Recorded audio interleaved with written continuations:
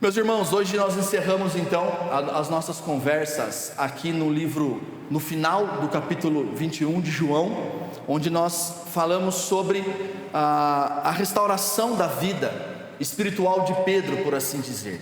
Então, nós temos falado sobre ser e fazer discípulos, e hoje eu encerro com vocês essa conversa, encerro com vocês esse sermão, e eu espero que Deus tenha falado com você durante esse mês e que possa ser bênção para nós esse último sermão. E eu, como tenho feito durante as últimas semanas, sumiu meu negocinho daqui, Sabrina. Ah, meu Deus do céu, tá aqui. Agora é a Elis que tem escondido. Eu diminui mais ainda agora a introdução, então vão ser acho que 2 slides só. A pergunta que eu comecei todo domingo foi essa: por que existe uma distância entre o que nós falamos com a nossa boca, ou falamos que nós cremos com o nosso coração, mas nós não fazemos?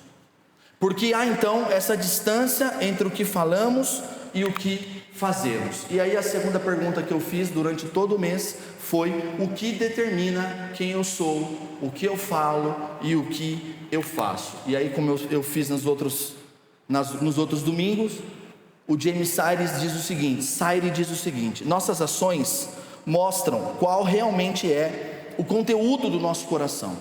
Quem somos não é apenas uma questão de quem pensamos ou proclamamos ser, é o que mostramos ser pela forma como nos comportamos. E aqui eu entro então na introdução do nosso sermão de hoje já. E eu começo te fazendo uma pergunta: o que você ama? O que você ama? O que será que, ou pelo que será que o nosso coraçãozinho pulsa? O que nós amamos de verdade? Eu trouxe para a nossa conversa aqui James K. Smith. Ele diz o seguinte: são nossos desejos que nos orientam e direcionam a algum telos. Abre parênteses, telos significa finalidade ou algum objetivo final que consideramos ser uma boa vida. De novo, são os nossos desejos que nos orientam e direcionam a alguma finalidade que você considera ser uma boa vida. A versão do reino para o qual nós vivemos voltados. Ser humano é ser um amante e amar algo acima de tudo. É por isso que a base dos mandamentos que o Senhor nos deu, qual é? Amar o Senhor teu Deus sobre todas as coisas, e o teu próximo como a você mesmo. Porque nós, seres humanos, somos seres amantes, e nós sempre amamos algo acima de tudo. E aqui, meus irmãos, não tem neutralidade. Ou você ama o Deus e Pai do nosso Senhor Jesus Cristo, ou você amará qualquer outra coisa nessa vida. Desde um cachorro, porque hoje em dia tem pai de pet; desde uma planta, porque tem mãe de planta; desde filho, desde marido, desde qualquer outra coisa. Nós sempre estamos colocando coisas, pessoas, situações no lugar mais alto do nosso coração. Então, uma pergunta interessante para nós é: o que nós consideramos ser uma boa vida? O que nós consideramos ser uma boa vida? Isso molda o que você vive. Então, James K. Smith continua dizendo o seguinte: o amor, como o definimos aqui, como nossa mais básica orientação no mundo, é menos uma escolha consciente e mais uma espécie de inclinação básica do teu coração. Uma orientação padrão que produz as escolhas que você faz. Então, por que você tem dificuldade, às vezes, de reconhecer que você está errado? Porque você se ama muito. Então você fere a pessoa lá no teu trabalho, você fere o irmão da igreja, ou você fere alguém da sua família, e você não consegue reconhecer que você está errado, porque você é tão inclinado a você mesmo, que nada nesse mundo é maior do que você. Então, o que nós amamos Não é uma escolha consciente muitas vezes. Isso vai nos inclinando e vai nos levando a viver, a tomar decisões, a viver um tipo de vida, a fazer um tipo de escolha que às vezes você nem percebe. Lembra das últimas semanas que eu falava para você? Você sai da sua casa, coloca a primeira no carro e sai andando. Quando você vê, você já chegou no teu trabalho. E você nem ficou pensando como que você fez aquilo, porque se tornou algo automático dentro de você. Assim são os nossos amores. Eles conduzem as nossas vidas sem a gente ao menos perceber. Então é sobre isso que eu quero falar com vocês nesta noite. E aí eu convido você a abrir comigo em João, capítulo 21, versículo 15 a 19 apenas. João 21, versículo 15 a 19. Se você puder, abra a tua Bíblia aí, por favor.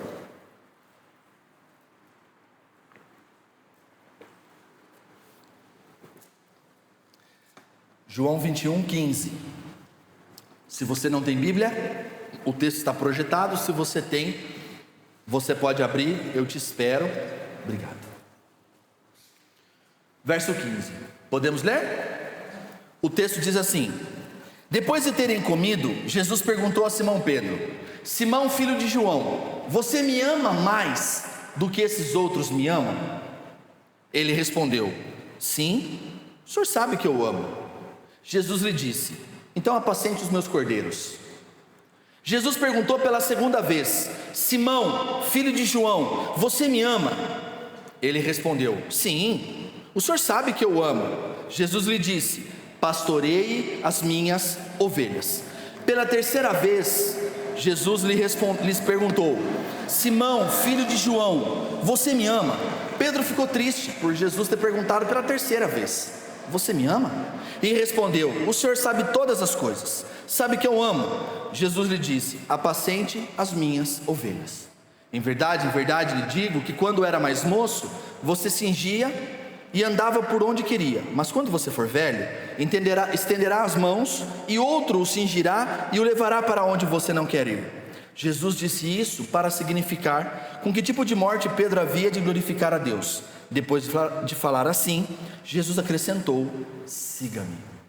Ó Deus, em nome de Jesus, obrigado, Pai, pela Tua palavra. Obrigado, a Deus, pela palavra lida, por aquilo que o Senhor tem reservado para nós. Eu peço, Pai, a Tua misericórdia sobre as nossas vidas. Peço que o Senhor fale ao coração dos meus irmãos, e que apesar de mim, ó Deus, eles possam ser edificados, possam ser, ó Deus, abençoados, Pai, pela Tua palavra, Deus. Que a Tua palavra seja apta a nos instruir, a nos ensinar, e também, ó Deus, a denunciar, Pai, os nossos pecados, as nossas falhas, em nome de Jesus, amém e amém. Eu quero falar com vocês hoje sobre duas coisas. Então eu vou dividir o sermão são dois sermões praticamente.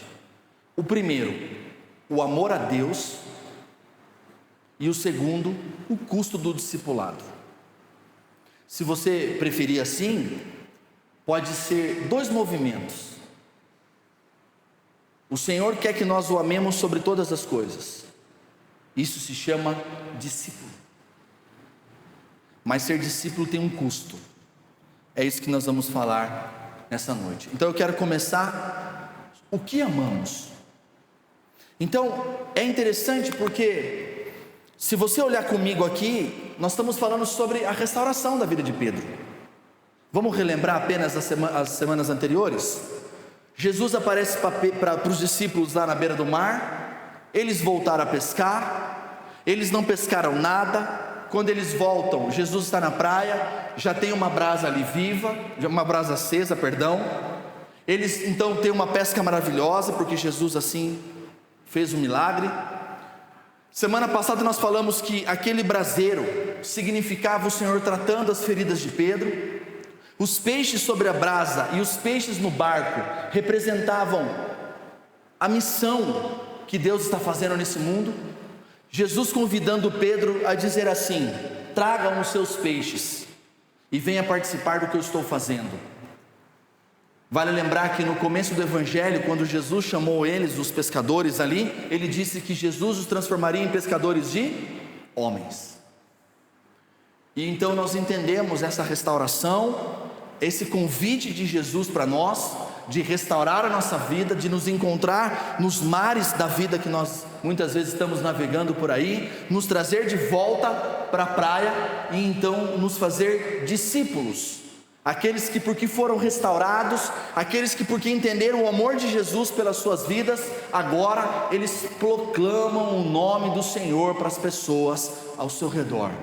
Eles convidam as pessoas para conhecer a igreja, eles falam de Jesus pelas pessoas, eles oram pelas pessoas enfermas, porque ele é um cidadão do reino de Deus. Então agora, depois de Jesus então trazer Pedro à comunhão, Jesus trazer Pedro sentado de volta à mesa, Pedro participando do discipulado, participando da missão de Deus no mundo, Deus agora vai orientar o coração de Pedro e vai orientar o meu e o teu coração nessa noite. Amém? Então, em primeiro lugar, o que nós vemos nesse texto aqui? Uma disputa de amores. Olha que interessante o que o verso 15 diz. Depois de terem comido, Jesus perguntou a Simão Pedro, preste atenção na pergunta: Simão, filho de João, você me ama mais do que esses outros me amam?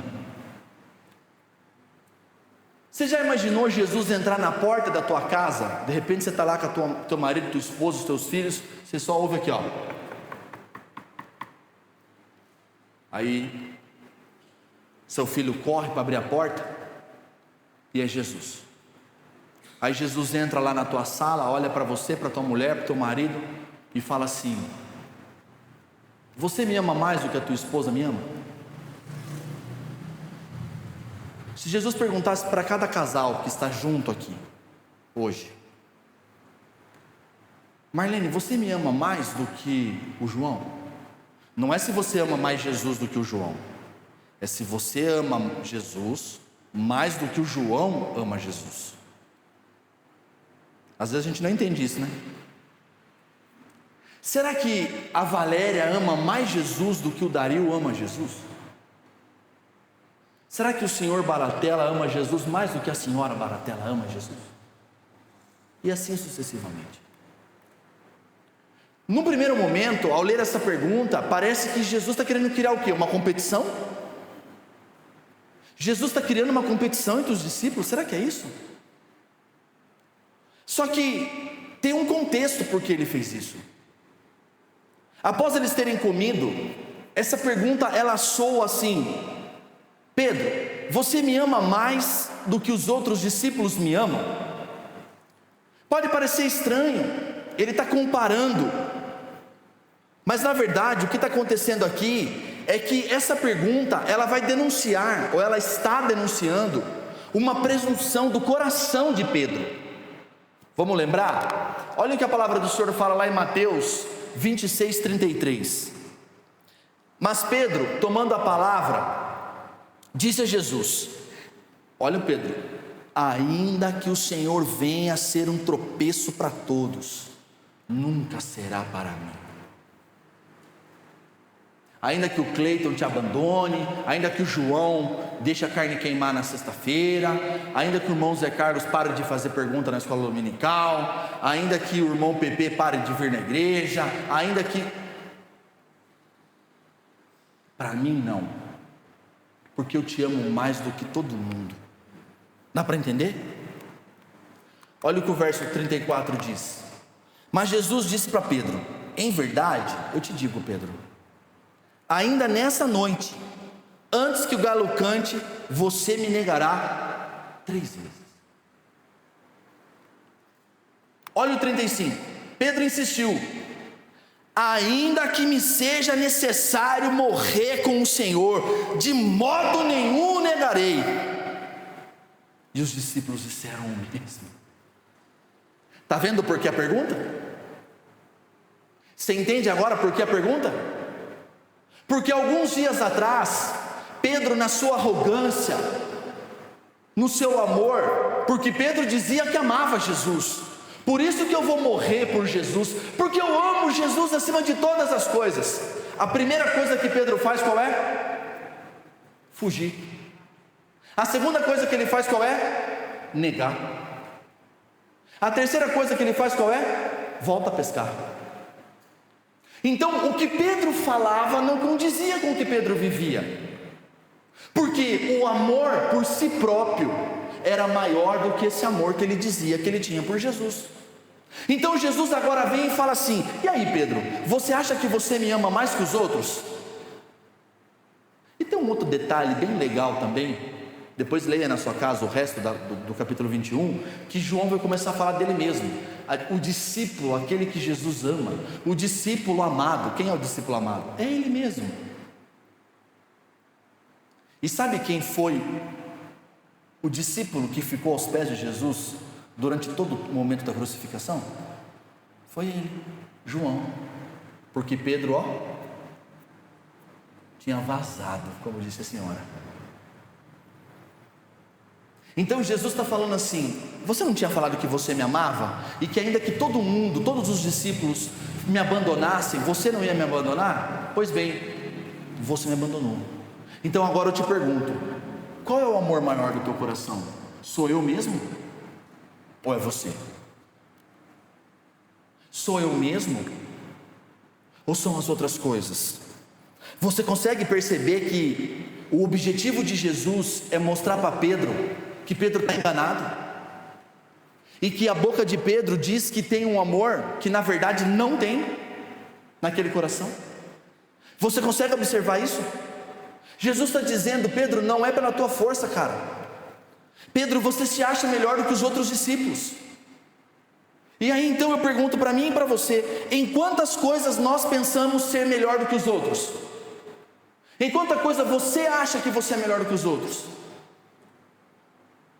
Em quantas coisas você acha que você é insubstituível? Em quantas coisas você pensa assim? Sabe por quê? Porque quando a vida aperta, a tua força não dá conta da realidade. Não dá. Não dá. A tua força não vai dar conta. Porque na hora como que os antigos diziam mesmo? Na hora que a porca torce o rabo, você vai optar por aquilo que você ama. Se você ama você mesmo, você abandona a tua família e vai correr por você mesmo. Se você ama o dinheiro, a ética, fazer o que é certo ou não, não importa. O dinheiro é o que você ama. Você escolhe pelo dinheiro. Se você ama o prazer, a tua família não importa. O amante ou a amante é mais forte para você, porque você ama o prazer. Afinal de contas, a vida é uma só, né? Você não pode perder tempo. Você tem que ser feliz. Tá vendo? Então Pedro, você tem certeza que você me ama mais do que esses mesmo? Você percebe então que tem uma disputa dentro do teu coração e do meu coração? Uma disputa entre se eu amo mais a Jesus ou a mim mesmo? Ou se eu amo mais a Jesus ou mais o dinheiro? Mais a Jesus ou a minha carreira? Mais a Jesus ou a minha esposa, a minha família? A quem ou o que você ama mais? Pois a pergunta: você me ama mais do que eles? É central para nós nessa noite. O que você ama? E quando Pedro diz que ama Jesus, Jesus fala para ele: apacente os meus cordeiros. Porque quando o pastor da ovelha, eu estou falando do pastor da metáfora. O que é um pastor de ovelhas? O que é um pastor de ovelhas? É aquela pessoa que guia as ovelhas pelo lugar seguro, longe dos predadores, certo? Leva as ovelhas para onde tem água, certo? E leva as ovelhas para onde tem pasto, comida. Como que Davi descreve isso? Guia-me tranquilo pelos pastos verdejantes. Não é? Se uma pessoa mesquinha, que ama a si próprio, que ama mais o dinheiro, ou a si mesmo, ou qualquer outra coisa, que não o Senhor, for pastorear outras pessoas, você imagina o estrago que essa pessoa vai fazer?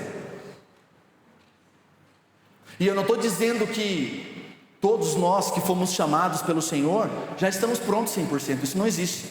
Também estamos sendo tratados. Mas quando eu me sento diante de um texto para estudar, eu tomo uma porrada no meu fígado, porque o primeiro que apanha em casa sou eu.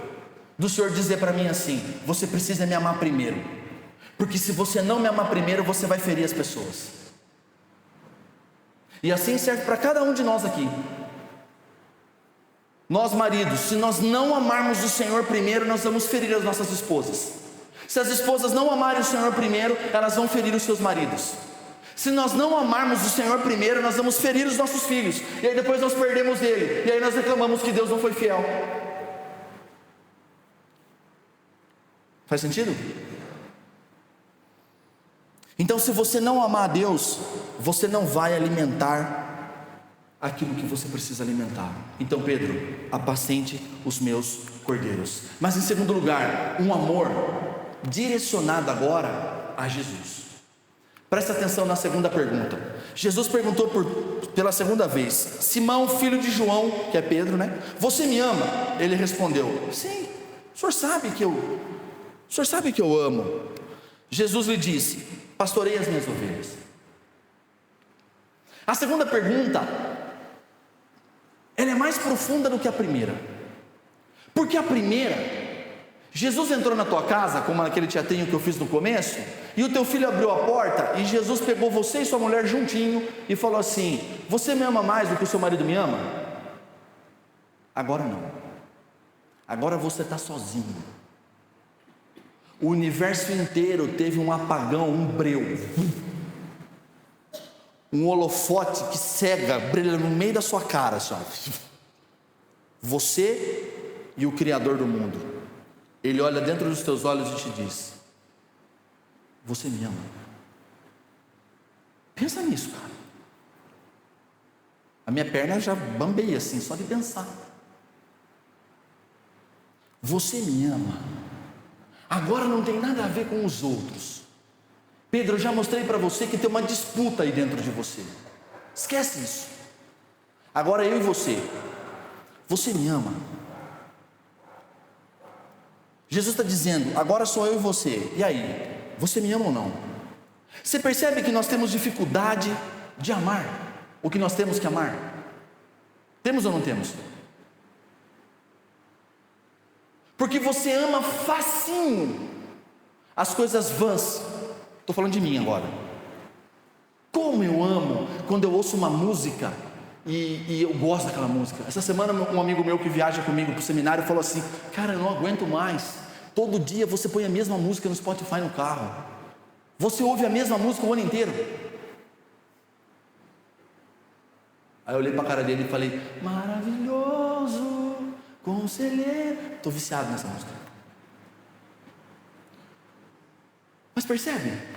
A gente se apaixona por música. Essa ainda foi boa, pior quando eu lembro outra música que não vale nada, né?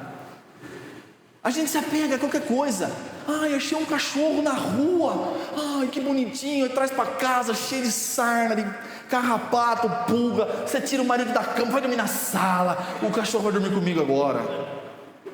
Aí você se apaixona pelo cachorro, pelo gato.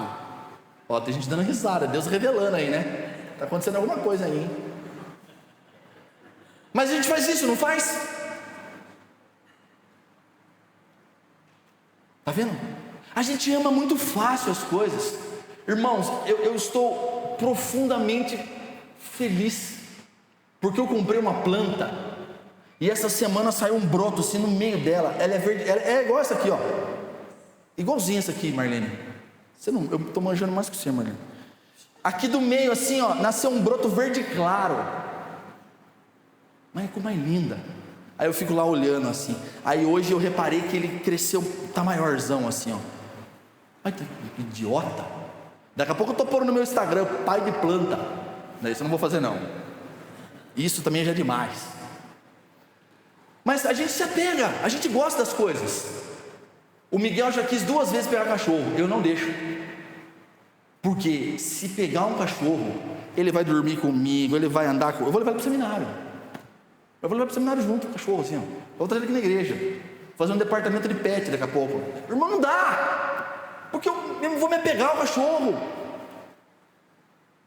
Então, a gente ama com facilidade as coisas. Eu não estou dizendo que o cachorro não é importante, ou que a planta não é importante, eu estou dando um exemplo só para você entender. Mas às vezes nós temos dificuldade de amar o nosso serviço para o Senhor, amar a nossa entrega, amar ler a Bíblia, amar o tempo devocional, botar um louvor para tocar e ficar lá quietinho, sentado, só ali, ó. Senhor, fala comigo, aleluia, e tal. A gente não ama essas coisas. Eu amo. Não sei se você faz isso. A minha avó falava: desliga esse videogame que vai começar a minha novela. Sua novela? Você escreveu alguma coisa, dona Cida? Minha novela? É, porque a gente chama de minha. Pensa que eu não sei que a senhora faz isso com a novela turca? Está vendo? Porque a gente ama mais as coisas do que aquilo que o Senhor tem para nós. Amamos tantas coisas que Jesus, a igreja, às vezes a própria família, fica distante das minhas prioridades. Aí eu te faço uma pergunta: por que você vem para a igreja, hein? Por que você vem para a igreja? Você sabia que muitos ainda acham que eu venho para a igreja para receber uma energia? Não, porque essa semana, você não sabe, Cleiton, essa semana foi pesada essa semana. Eu preciso dar uma descarregada na energia. Irmão, está no lugar errado. Aqui não tem descarrego. Não tem. Não, eu trabalhei tanto essa semana, eu corri tanto que eu vim para recarregar as minhas energias. Aqui também não tem energia. Não, é porque eu estou querendo comprar uma casa, e aí eu vou na igreja assim para os mal olhados cair por terra, assim, sabe? Porque tem muita gente com mal olhado. Não, irmão, você está distante do Evangelho. Você está muito distante do Evangelho. Hoje de manhã, os que vieram na escola dominical aprenderam que a palavra culto significa serviço. Adoração significa serviço. Você não veio aqui para receber uma palavra. Você não veio aqui para receber um louvor, para receber uma energia, para receber Se você precisa descarregar energia, quando acabar o culto, você fica descalço e fica uns 10 minutinhos no jardim ali, ó, antes que o Noel quebre o resto. Fica no jardim descalço ali.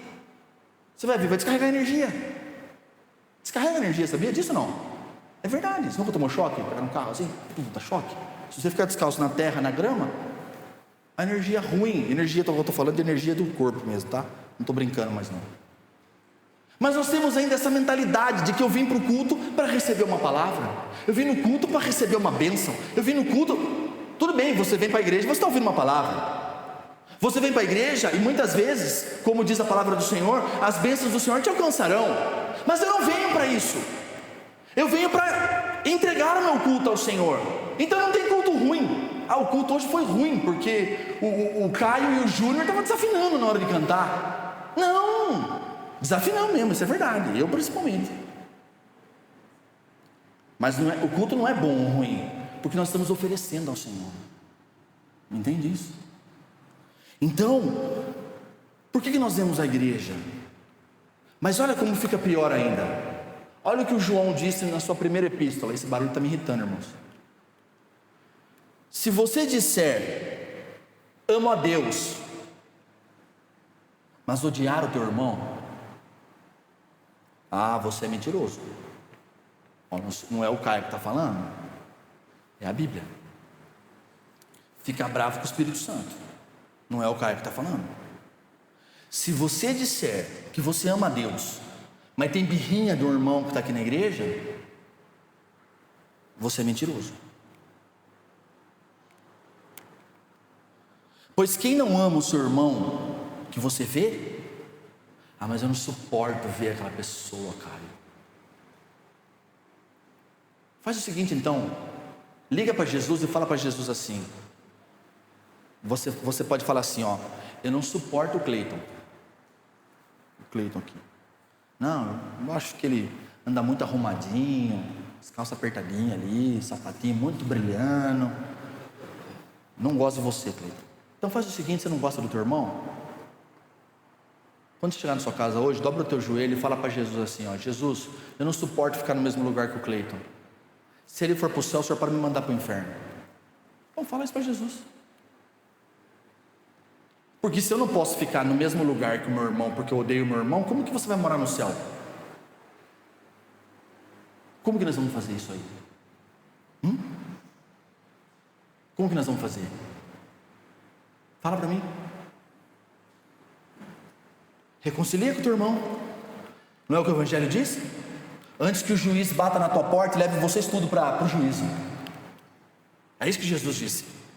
Então, se você consegue perceber a importância da igreja, a igreja é o lugar de afiar o meu coração. A igreja é o lugar que Deus escolheu para Ele ser amado na vida do meu irmão. Porque se o Espírito Santo mora dentro do Cleiton e eu não gosto do Cleiton, eu preciso amar Jesus que mora dentro dele. Então eu tenho que amar ele. Eu não sei como, porque eu não suporto ele, mas Deus vai me dar graça. Isso não quer dizer que a pessoa que te machucou, que te feriu, tem que ser seu amiguinho. Não é disso que eu estou falando. Eu estou falando de um amor comunitário, porque Deus escolheu ser amado na vida do próximo. Então a pergunta de Jesus para cada um de nós aqui é o quanto você ama Ele. O quanto você ama Jesus. E aí o João está falando para você aqui, ó. Se você dizer que você ama Jesus, mas odeia o teu irmão, você é mentiroso. Não sou eu, é Jesus. E a resposta final de Jesus para Pedro foi qual? Bom, se você me ama, então apacenta as minhas ovelhas. E aí, em último lugar, vem a raiz do problema. O verso 17. Meu Deus, o que aconteceu aqui? Ó? Foi tudo para frente. Pela terceira vez Jesus perguntou: Simão, filho de João, você me ama? Pedro ficou triste. Ele ficou triste por Jesus ter perguntado pela terceira vez: você me ama? E respondeu: o Senhor sabe todas as coisas. O Senhor sabe que eu te amo. E Jesus disse: apacenta as minhas ovelhas então, Pedro. Pedro ficou triste. Essa tristeza pode significar que Pedro tenha pensado que Jesus duvidava do amor dele. Só que nesse momento Pedro se tornou presbiteriano, sabia? Olha lá, ó. Jesus perguntou: você me ama? Ele ficou triste primeiro. Aí depois Pedro deu uma resposta presbiteriana para Jesus. Ele fala assim: o Senhor sabe todas as coisas. Olha que resposta presbiteriana. O Senhor é soberano. O Senhor é onisciente. O Senhor sabe todas as coisas. O Senhor sabe o que está no meu coração. O Senhor sabe que eu te amo. Mas fato é que ele ficou triste. Só que a tristeza de Pedro, ela é mais profunda. Porque o verbo que nós traduzimos por tristeza ali é um verbo grego chamado lipel, que ele é usado em outras passagens bíblicas no Novo Testamento, mas principalmente aqui, ó, 2 Coríntios 7:9. Agora eu me alegro, Paulo diz, eu me alegro, não porque vocês estão tristes, mas porque essa tristeza, Pedro, que você sentiu ao Jesus te perguntar pela terceira vez, te levou ao arrependimento. Deu para entender? Eu penso que essa tristeza do coração de Pedro na terceira pergunta de Jesus leva Pedro a reconhecer que ele havia falhado. Leva Pedro a um entristecimento que todos nós temos quando nós pecamos. Quando você faz uma coisa errada, que você sabe que é errado, você não fica triste? Eu espero que sim. É isso que o Espírito Santo faz com a gente, não é? Portanto, arrependimento. Ele havia negado Jesus, ele havia voltado a pescar, mas o perdão de Jesus é maravilhoso. Percebe como Jesus confronta o coração de Pedro 3 vezes. Eu preciso convidar você a se arrepender pelos teus amores e a se arrepender por você amar tanto você.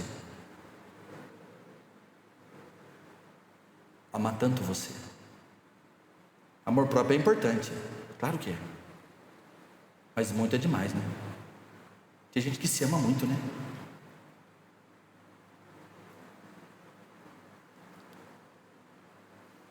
O que eu e você temos amado mais do que Jesus, hein? Eu preciso que você pense nisso. Eu oro para que o Espírito Santo durante a semana vá te mostrando ao teu coração as coisas, as pessoas, as situações que que você tem amado mais que a Ele, e que Ele vá confrontando o meu e o teu coração a cada dia.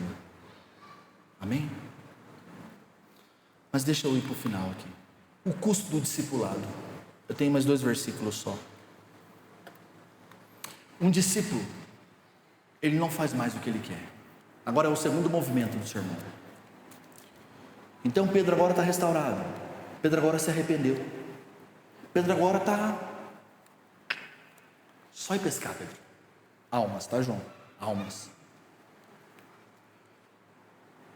Jesus então vira para Pedro e fala assim: em verdade te digo, Pedro, que quando você era mais moço, você se vestia, cingir aqui é trocar roupa. Você escolhia a tua roupa, Cleiton. Você ia para onde você queria. Olha que interessante. Quando nós começamos a seguir Jesus, nós precisamos entender que nós não podemos mais decidir as coisas por nós mesmos. Percebe isso ou não? Eu não escolho mais as minhas roupas. Dá para entender o que eu estou falando? Não é sobre roupa. Mas você não escolhe mais a sua roupa. Nós não escolhemos mais aonde nós vamos. E não é sobre você ir com o seu marido num barzinho, comer alguma coisa e ter um momento de comunhão entre vocês. Não é sobre isso que eu estou falando. Isso você pode ir. Mas você não escolhe mais. O que escolhe agora, o que nós vestimos, aonde nós vamos, o que nós fazemos, o que nós decidimos, é a compreensão que você tem no teu coração de que aonde você for, você deve ser um discípulo de Cristo. Deu para entender? Jesus está dizendo assim: antes, Pedro, você decidiu o que você vestia e aonde você ia. Agora mesmo você tinha voltado a pescar. Quando nós nos tornamos discípulos, nós somos guiados por esse amor que nos alcançou. Eu aprendo que a prioridade da minha agenda é o Senhor, é o Evangelho. Amém? Um discípulo vive e morre para glorificar a Deus. Porque olha o que ele fala no final ali, ó. Quando você for velho, você estenderá as tuas mãos e outra pessoa vai vestir você e levará você para onde você não quer ir. Então agora, Pedro, você escolhe as suas roupas, você escolhe o que você come, você escolhe onde você mora, você escolhe a cidade que você vai pregar, o que você, mais ou menos, né? Porque a gente vê em Atos que Pedro não escolhia muita coisa, né? Era o Espírito que ia guiando a vida dele. Mas vai chegar um tempo, Pedro, que você vai ficar velho, outra pessoa vai te cingir e vai levar você para um lugar que você não quer ir. E aí o verso 19 diz o quê?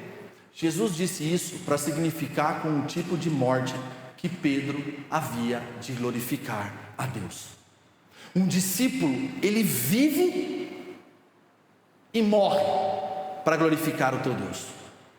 Você quer mesmo ser um discípulo? Você quer ter um tipo de vida que glorifica o nome de Jesus?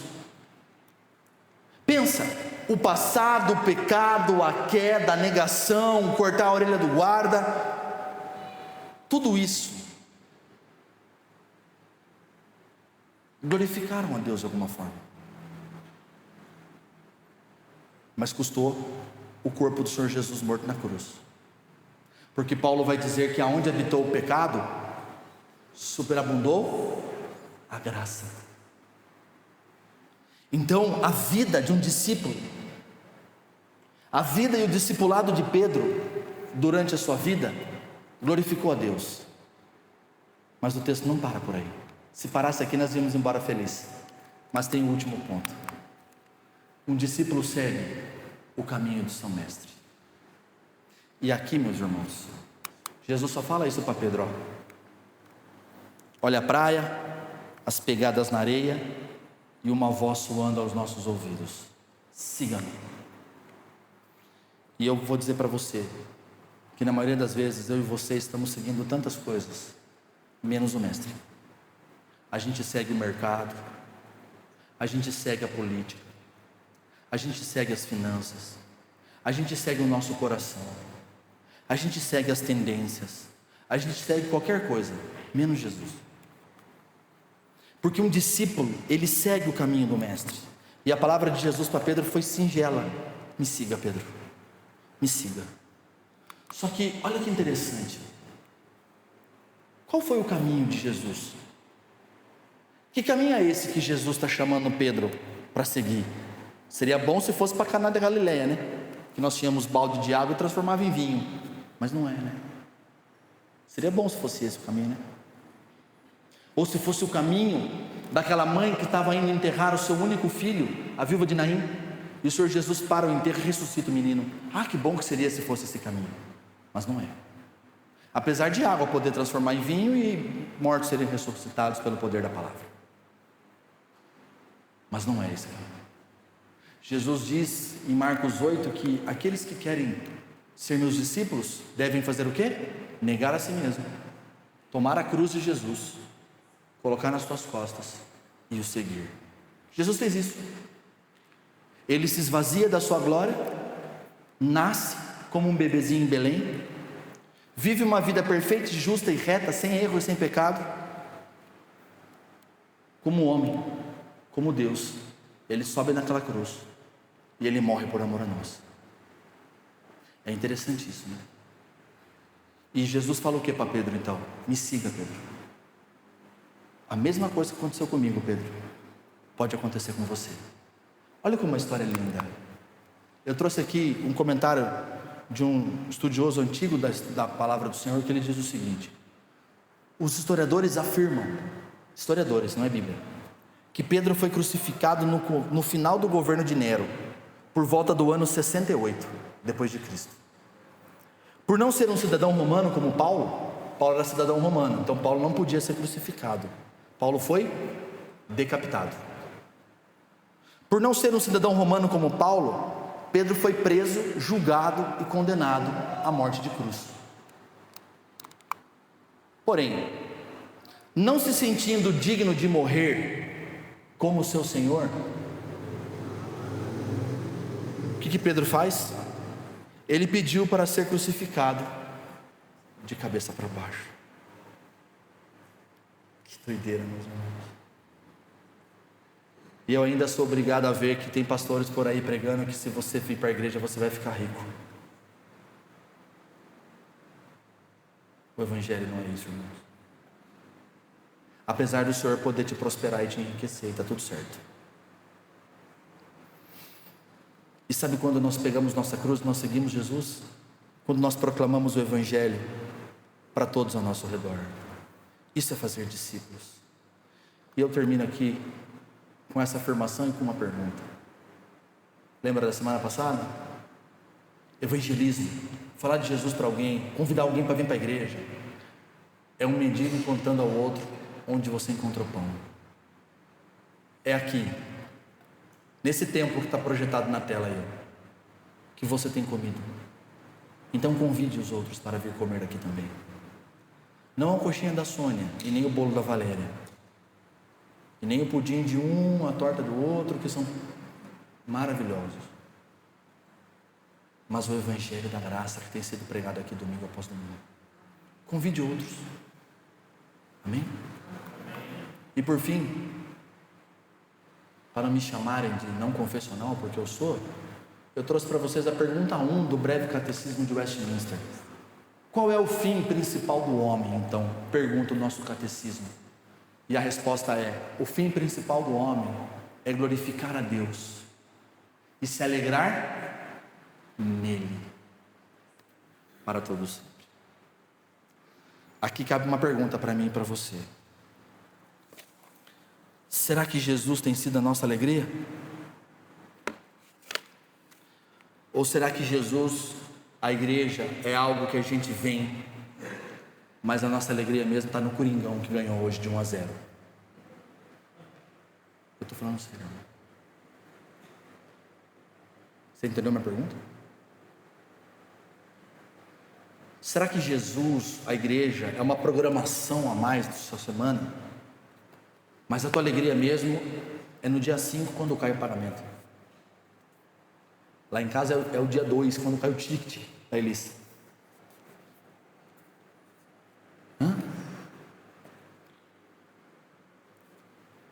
O fim principal do homem é glorificar a Deus, e Ele será a nossa alegria para sempre.